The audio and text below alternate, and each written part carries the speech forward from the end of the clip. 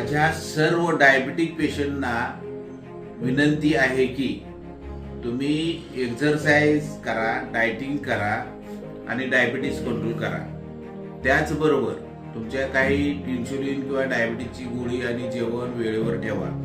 दुसरं महत्वाची गोष्ट अशी आहे की डायबिटीसच्या पेशंटला काही दिवसांनी cataract, heart disease, kidney disease आणि पेरिफेरल न्यूरायटिस, हातापायातून मुंग्या वगैरे येणे, हे प्रकार होतात. आणि ते प्रिव्हेंट करण्यासाठी, ते होऊ नये म्हणून बरेच अतिशय चांगला मी सल्ला देतोय की प्रत्येक पेशंटनी वर्षातले कमीत कमी 6 महिने मल्टीव्हिटॅमिनच्या गोळ्या घ्याव्या. स्वस्त आणि मस्त गोळ्या आहे न्यूरोबियॉन किंवा न्यूरोबियॉन फोर्ट. तर ह्या गोळ्या खाव्यात आणि आयुष्य आपलं सुधारावं, ज्याच्यामुळं डायबिटीज कॉम्प्लिकेशन होऊ नये.